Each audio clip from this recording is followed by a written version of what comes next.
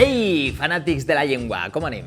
Si esteu enganxats als vídeos d'aprenentatge de valencià, esteu d'enhorabona. Sí, heu sentit bé, perquè avui és un dia especial. Avui porta una oferta que vos deixarà amb un pam de nas. Atents, perquè avui vos porta un 4x1. 4 temes al preu d'un. El preu d'un és llenguatge metafòric, no? Vull dir que així cobrem els 4 igual. Ah, que és literal. Literal de veres, no literal com a sinònim de metafòric. Literal, literal. 4 vídeos, un sou. Benvinguts a l'especial sobre la síl·laba, el diftong, l'accent i la dièresi.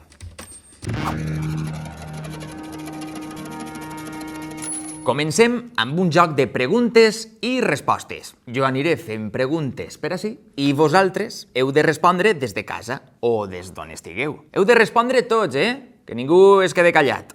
Primera pregunta. En una paraula hi ha tantes síl·labes com vocals? Resposta. Sí. Hi ha exactament les mateixes síl·labes que vocals. Així doncs, una síl·laba, una vocal. Paritat total. Igual que un 9 d'octubre, una moca dorada. Un dia d'ofrena, un dia de pluja. O un partit del València, un disgust. Recordem les normes d'accentuació del valencià. Vinga. Les paraules agudes, quan s'accentuen? Quan acaben en vocal més S, en o en in. Les planes, al contrari. I les esdrúixoles, totes. Heu encertat? No? No passa res, teniu temps de remuntar. Una altra pregunta. Puc accentuar una consonant? Què en penseu? Està clar que no, no? Ho tenim claríssim. Els que heu dit que sí, torneu a començar amb apunts de llengua des del primer vídeo. Accentuar consonants, això només ho fan els elfs del Senyor dels Anells, els dofraquis de Joc de Trons i els txecs. En valencià no accentuem les consonants. Per què no? Perquè una consonant no és un nucli de síl·laba. Per això no la podem accentuar. Per tant, haurem de reconfigurar la idea que tenim del que és una vocal. Per exemple, la paraula nàutic. Mireu com se separa i com s'accentua. Nàutic. Accentuaríeu nàutic? No, veritat? Per què?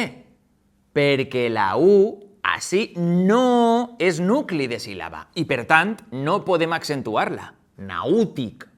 Nàutic? Això qui ho diu? Una altra pregunta. Quina penseu que és la vocal més dèbil? La I? No, la I és molt forta. No tant com jo, però... La U? Tampoc. Ja vos ho dic jo.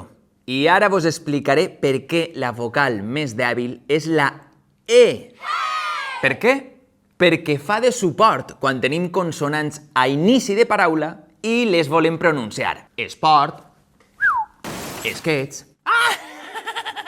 Perquè és la primera que se li dix. Desapareix en contacte amb altres sons, tant en els articles com en els pronoms seguits de vocal. S'estima, s'adapta, t'animes... Continuem, vinga. La paraula doneu porta accent? És aguda, però no porta accent. Per què? Perquè la U de doneu no és una vocal. Exacte, ho heu sentit bé. La U de doneu no és una vocal. Perquè hem quedat que una vocal és un so que fa de nucli de síl·laba i així la U no fa de nucli de síl·laba.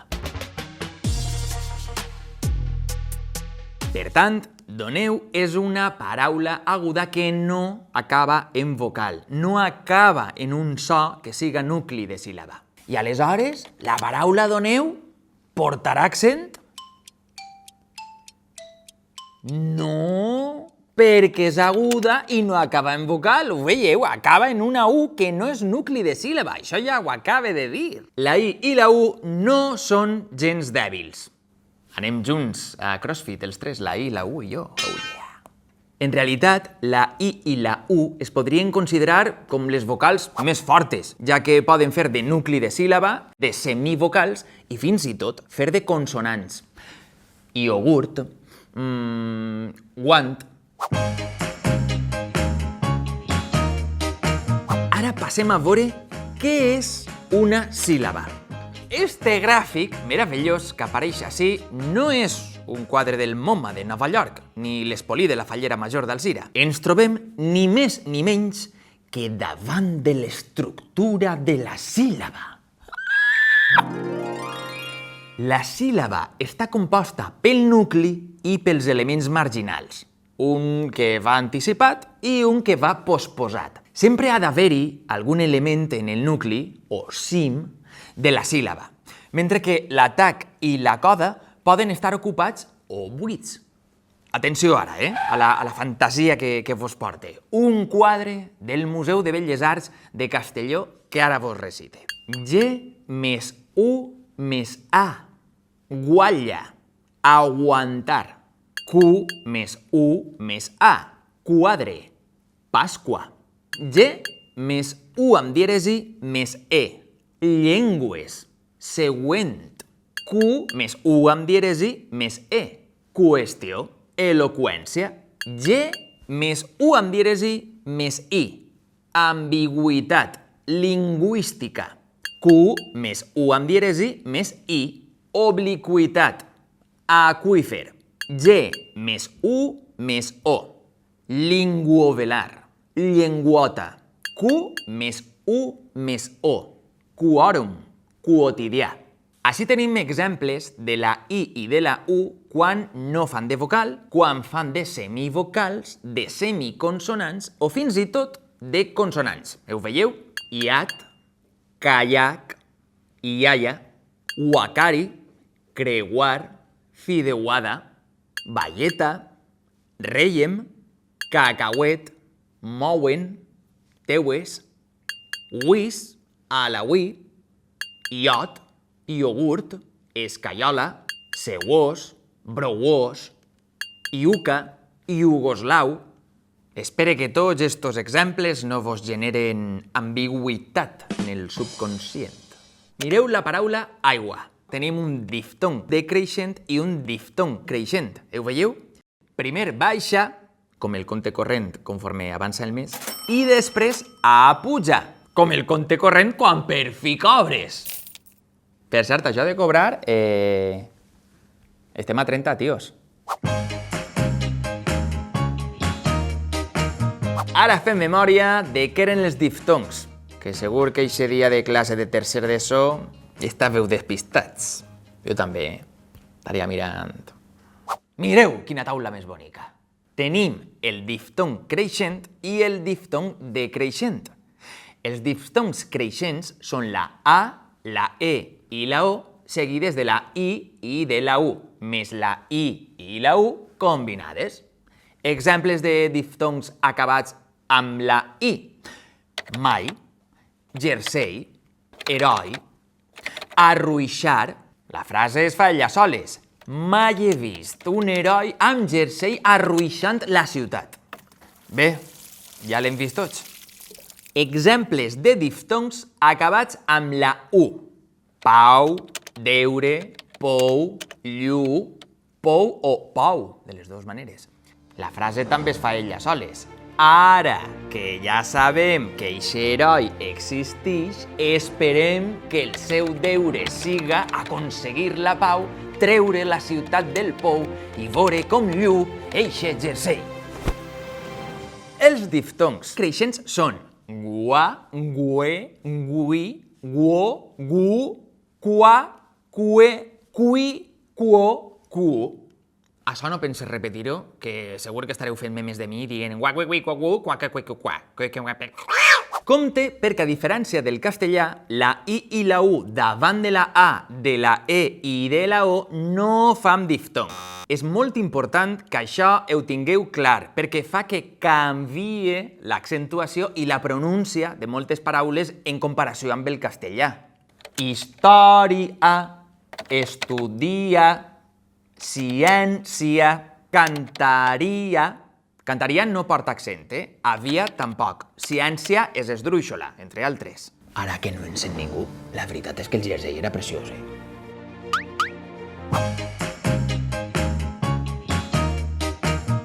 Vinga, ara passem a la dièresi, que són dos puntets damunt d'una U i d'una I que indiquen alguna cosa. Quina cosa serà? Serà que eixa I i eixa U són mudes? Serà que eixa U i eixa I són franceses? Serà que eixa U i eixa I han portat alguna cosa d'esmorzar? No, ningú. Tenim tres usos o funcions de la dièresi en valencià. Un és el mateix que en castellà, que és perquè sona la U en el diftong creixent. Pingüí. També tenim la dièresi perquè dos sons es pronuncien en síl·labes diferents. Creïlla, que ja sé que alguns direu creguilla, queradilla, quereguilla, però és que si no n'acabe. Vull dir-te, és que he de triar-ne una, si no, no acabem. I per últim tenim el cas dels triftongs. No vos espanteu, només són combinacions de tres vocals. No parlem d'animals mitològics amb ales, tres caps i 700 budells en flama. En els triftongs fem servir la dièresi quan volem que la vocal del mig faça de vocal, és a dir, de nucli d'una síl·laba. Si no posem cap dièresi en un triftong, la semivocal del mig se'n va cap a la dreta. Si posem la dièresi, la del mig es pronuncia com una vocal, com un nucli de síl·laba. Conduïa, creïlla, però duia, creia. M'explique bé, Soc un llibre obert. Abans d'anar-nos-en, vos explicaré les famoses 5 normes d'estalvi de la dièresi en valencià. Benvinguts a Nèlia, la vostra caixa d'estalvis de confiança. Nèlia, jo, Nelo. 1. Si tenim un accent en el mateix lloc on tenim una dièresi, ens estalviem la dièresi, com trobem en la paraula conduïeu. Segona norma d'estalvi de la dièresi. En les paraules compostes, si tenim un hiat, no cal que posem dièresi per a marcar-lo, perquè ja ho pronunciem, com en paraules diferents, antiinflamatori, antiinflamatori, contraindicació, reindustrialització. 3. Ens estalviem la dièresi en les formes verbals d'infinitiu, gerundi, futur i condicional. Conduir, fluint, produiré, lluiria. 4. Les paraules acabades en ius, ium, també s'estalvien la dièresi per a marcar hiats. Marius, pius, aquarium. 5. En les paraules acabades en vocal més isme i vocal més ista, també ens estalviem la dièresi, excepte en els mots proisme i lluïsme, que no crec que feu servir molt, la veritat, en els quals mantindrem la dièresi perquè tenen un altre origen etimològic. Això. Eixe contingut el deixem per a un altre dia. I fins ací ha arribat l'explicació encadenada sobre la síl·laba, el diftong, l'accent i la dièresi. Sabem que ha sigut densa, ja ho sé, però recordeu que podeu tornar a veure-la tantes vegades com siga necessari. Vos enganxarà, és addictiva! I també podeu visitar altres píndoles d'apunts de llengua relacionades. La qüestió és no parar de practicar. No parar. Moltes gràcies per la vostra atenció i vos esperem en pròxims videocontinguts sobre normativa de valencià, així en 5 cèntims.